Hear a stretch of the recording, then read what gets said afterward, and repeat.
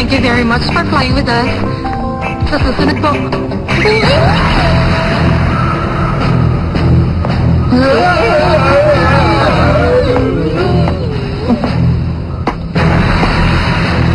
Sunako. Hindi magtatagal at magiging tunay na babae na rin si Sunako. Malapit na mangyari yon. Wala kang dapat ipag-alala. Sinisiguro ko yan sa'yo. Lalo na nga at may kasama pa sa nakatira sa bahay ng mga matitipulong lalaki. Matitipulong talaga! Matipulong? Kailangan niya makaranas ng pag-ibig mula sa isang mabuting lalaki para maging mabuting babae rin siya. Yung tinatawag na love. Nakikinig ka ba sa akin? Uy, nandiyan ka pa ba? Ang weird ng linya mo eh. May apoy sa likod na natin. Love! Love! Love!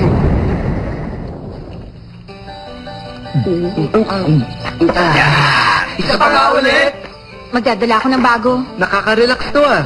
Parang panaginip lang ang nangyari sa atin last week. Kung pwede lang sana, hindi na tayo pumasok. Sinabi mo pa. Ang sarap na tahimik!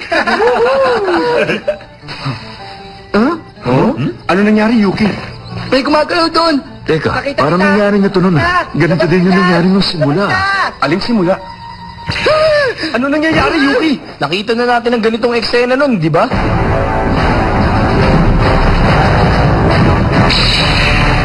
Sarap naman kung may magpapakita ng hindi inaasahan.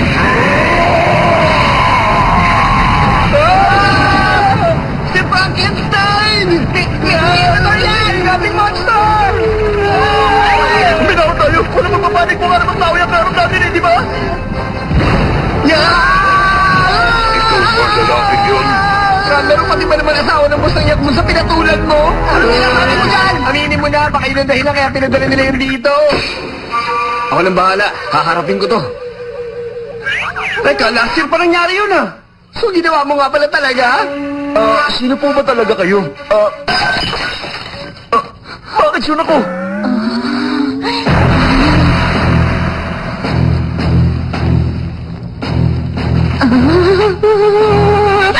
Dali! Sulat mo!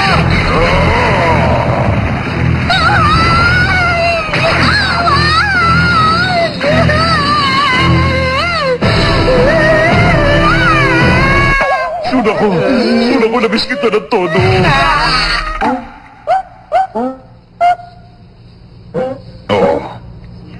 Nakakatuwa naman. Kayo po pala ang daddy ni Sunako. Akala po talaga namin. Kayo yung ganun tipo ng tao dahil iba yung dating nyo kanina eh. Huwag kang mabastos yan, Kyohei! Kyohei!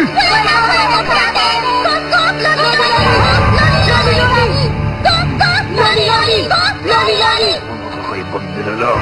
Para ma-confirm na may katotohanan nga kumakalat na balitang masyadong labi-dabi ang loob ni Kyohei kay Sunako. Na nangyayari daw sa malaking mansyon ng mga nakaharap. Pagsasama-samahin natin ang lahat ng makakaya nating apat para mabuo ang manigang may sumpa.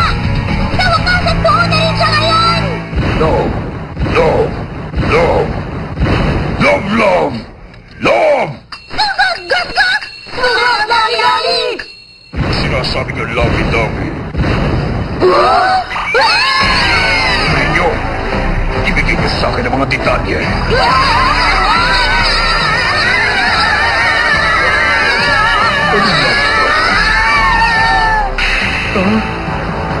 Lovey-dovey ka ba sana ko? Sorry ka na agad, Kyohei. Dali, huwag ka na magsayang ng oras.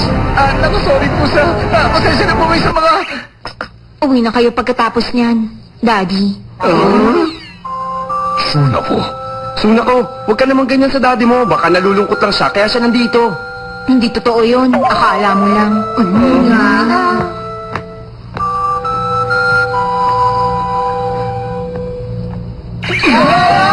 Sunako, anak. Natakot ako sa pagtayo niya! Kalahin mo, kung naging lalaki si Sunako, malamang gano'n na gano'n din siya. Mabuti na lang at naging girl pala siya. Mabuhay ang bahay si Sunako! Sunako. Pinakausap kita, Sunako, anak. Sandali lang. Sunako, ito ba ang kwarto mo? Hindi kita mapapatawad pag pumasok ka dito kahit Daddy pa kita.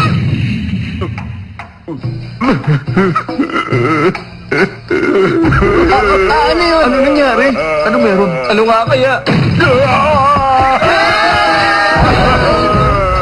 Bakit po, sir? Ano problema? Tama na, wag na po kayo umiyak. Nagbihaya ko na malayo. Galing pa ako ng Africa. Pumunta ako dito para na makita siya. Africa? Hindi nga. Ibig kayong sabihin nun, galit si Sunako sa daddy niya? Ang layo pa ng pinanggalingan niya. Malamang kapatid ni auntie ang daddy niya, kaya biglang dumadating na walang pasabi. Buti nga, hindi bumagsak mula sa kung saan. Magkatulad din sila ni Sunako, no? Parehong nakakatakot. Baka nag-iingat lang si Sunako para maitago niya kay auntie na hindi pa rin sa ganap na babae hanggang ngayon. Pwedeng yun ang dahilan niya. Ganon? Dahil sa atin, kaya ganon? Imposible naman yun. Alam na nyo? Bakit? Masama ba mangarap minsan? Kayong bahala.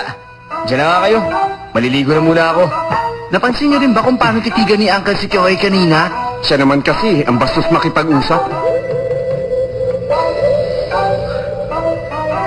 Wow, ang laki ng isang yun ah. Swerte. Sabi ko naman sa inyo, di ba, maliligo muna ako? Bakit may... ano pong... kailangan nyo?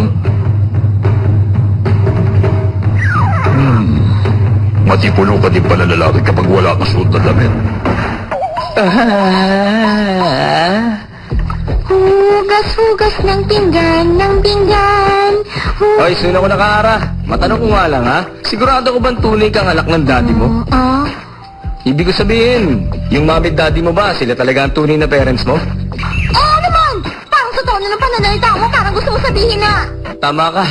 Hindi ko sadya.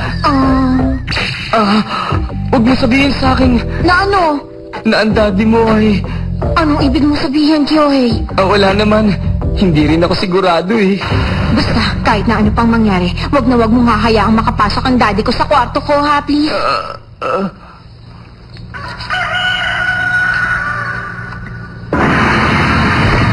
Lindol! Kulog!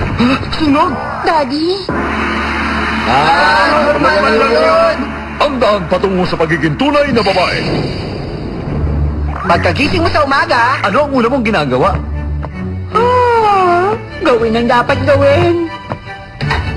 Mali! Ganda na ba ng sabi sa toilet ang babae?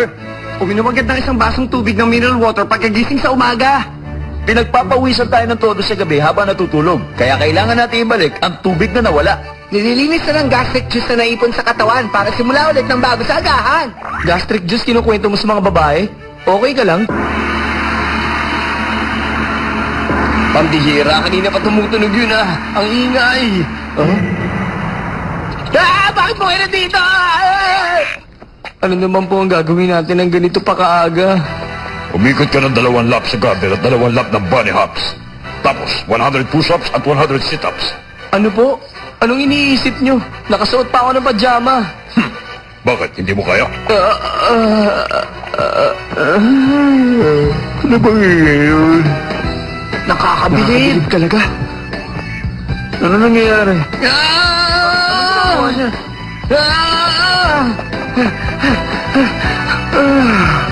Inaantok pa ako. Pumapangit pa naman ang skin ko kapag kulang sa oras ng tulog ko. Sino ko? Pahingin nga ng kape. Pagtipla mo na kaming lahat, ha?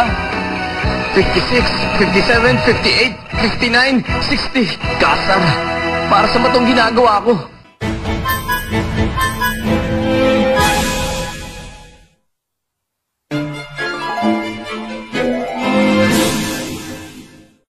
Oo nga, no? Pwedeng yun ang dahilan. Siguro, nag-aalala lang siya para kay Sunako. Nakakainis na nga eh. Ayan ka na naman, ha?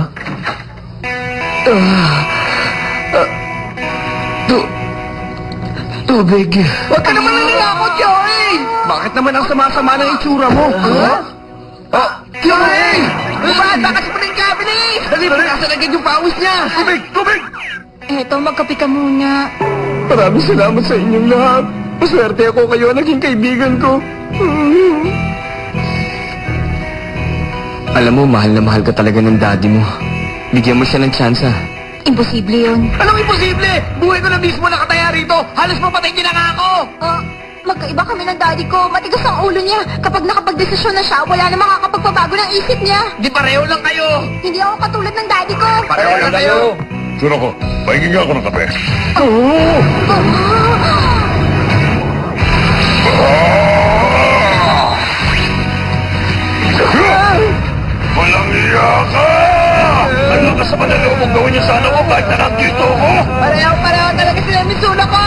mali po kayo!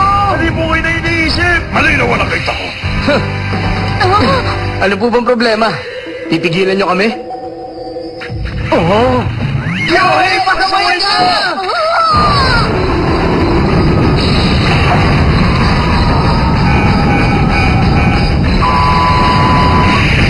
Hindi kita mapapatawad. Hinahamon kita. Hindi ka pwede tumanggi. Masaya to. Tinatanggap ko ang hamon niyo sa akin. Bakit ang punta sa hamunan? Para malaman kung nararapat si Kyohei sa linis na nakahara.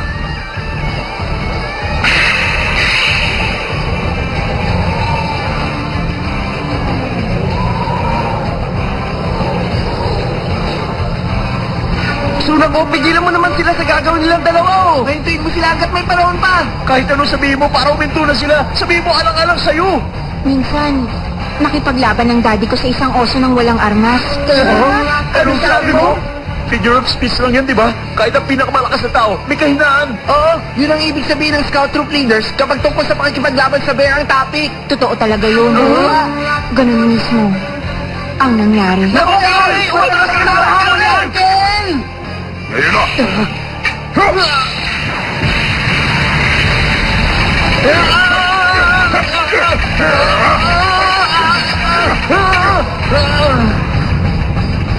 Walang hiya ka! Ang lakas talaga niya.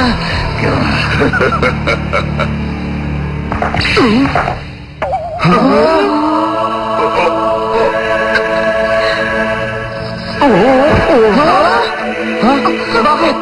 Uncle, okay lang kayo? Lee? Likod ko!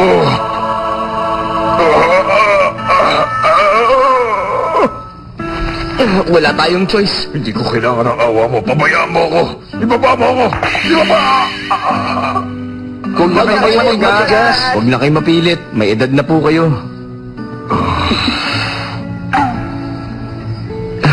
Sigurado kung hindi ito ang tipon yung kwarto, sir. Tumahimik ka. Dumiretso po muna kayo ng ospital. Pero lalagyan ko muna kayo ng alcohol. Baka makatulong. Nay! Ano naman yung peklat nyo? Bakit ang haba? Dahil sa os. Si Suna ko ng 2 years old. Parang wala siyang pinagbago. Nakakaliw na bata ang anak mo si Suna ko. Oo? Walang kapantay ang pagpapakita niya ng Ano nangyari, Suna ko? Bakit ka umiyak? Gusto ko po sana maging kaibigan si Mr. Oso, kaya rin nakakatakot siya eh. Para nagagalit siya palagi. Naiintindihan kita. Huwag ka nang umiyak. Gusto mo bang maging kaibigan si Mr. Oso?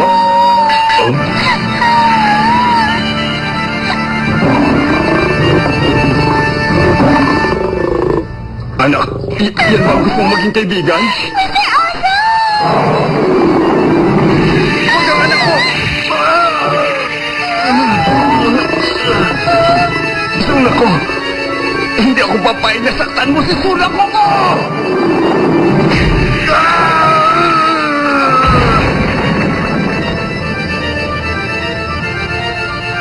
Daddy po! Daddy po! May sugat ka, Daddy! May dugo ka sa likod! Okay lang si Daddy, anak. Alam mo namang gagawin ni Daddy ang lahat para sa'yo eh. Tingnan mo to.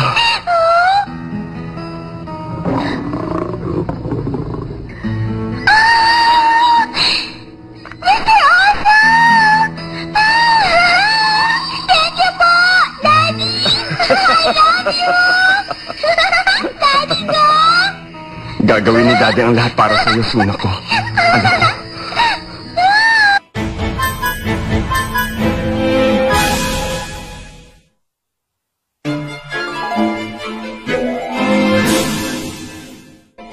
Madalas na magkulong na nag-iisa sa kwarto si Suna ko.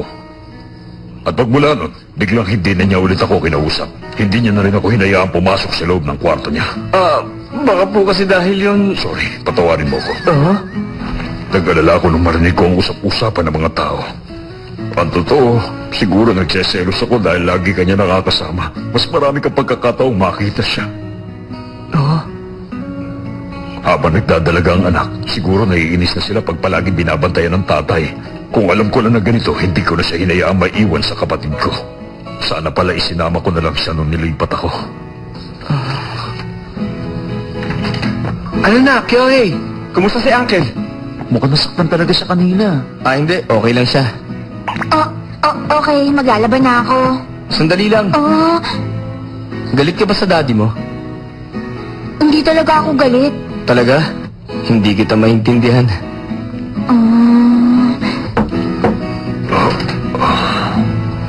Naku, aray ko. Aba, thank you. Alam nyo, hindi talaga ako nagagalit sa inyo, Daddy. Ha? Pero huwag kayong papasok sa kwarto ko, please.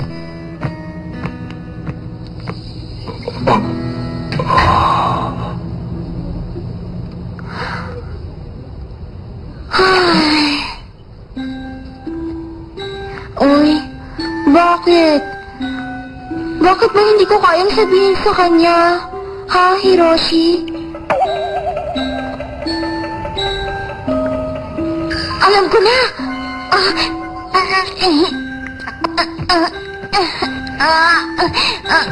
Nakita ko na! Ano yun? Sunako! Sunako! Uncle! Yung likod mo! Sunako! Sunako!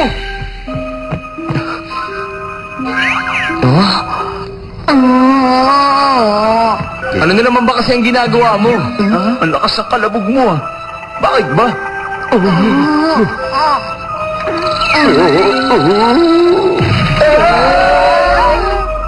Sabi na kasing huwag niyong pilitin ang katawan niyo eh. Napagod yata. Talagang nawalan siya ng malay. Human anatomical models, organs, brains, specimens, dugo, bangkay, porol, at kalansay. Anong ibig sabihin ng mga binabanggit mo, Sunako? Ayaw ni Daddy ng mga nakakatakot na bagay, kaya hinihimatay siya kapag nakakakita siya ng ganito.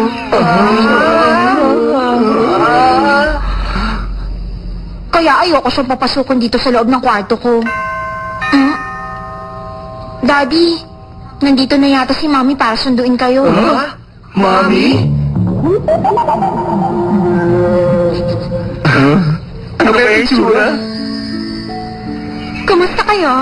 Pasensya na kayo at nakabala pa kami ng pamilya ko. Hindi po. Okay lang. Ang ganda. Daddy, nakausap ko ang kapatid mo. Sumugod ka daw agad dito kahit nasa Africa ka dahil narinig mo lang ang salitang love. Love? Si Sunako, nasa loob siya ngayon ng kwarto madilim. Bakit ko anak? Pumasok ba si Daddy sa loob ng kwarto mo? Kahit itago natin yun kay Daddy, talagang malalaman din niya. Mr. Takano, Mr. Takano? Tinawag siya Mister? Tama bang narinig ko? iiwan ko ang anak kong si Sunako Nakahara sa kamay mo. Tigilan mo na nga yung mga kalokohan mo, Daddy. Huwag ka mag-alala. Interest niya yung mga nakita mo. Pero... O, sige na, anak.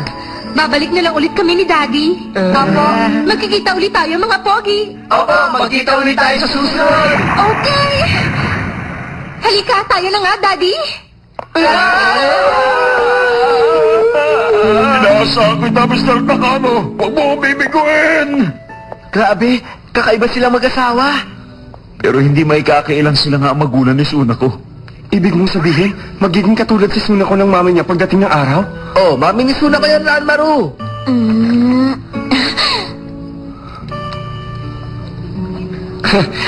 Ang sweet ng pamilya niyo.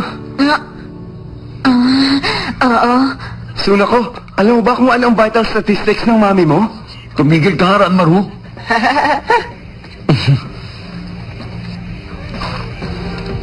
Ang ganda talaga ng mami mo. Pagtanda mo niyan, malamang hindi ka malayo sa itsura niya. Ikaw talaga, Ranmaru, kahit kailan, may ka nga sa Para sa akin, mas maganda pa rin si Noyi. The best of beauty niya kung ikukumpara Ano? kahit kanina babae. Dapat mami na lang, Noyi.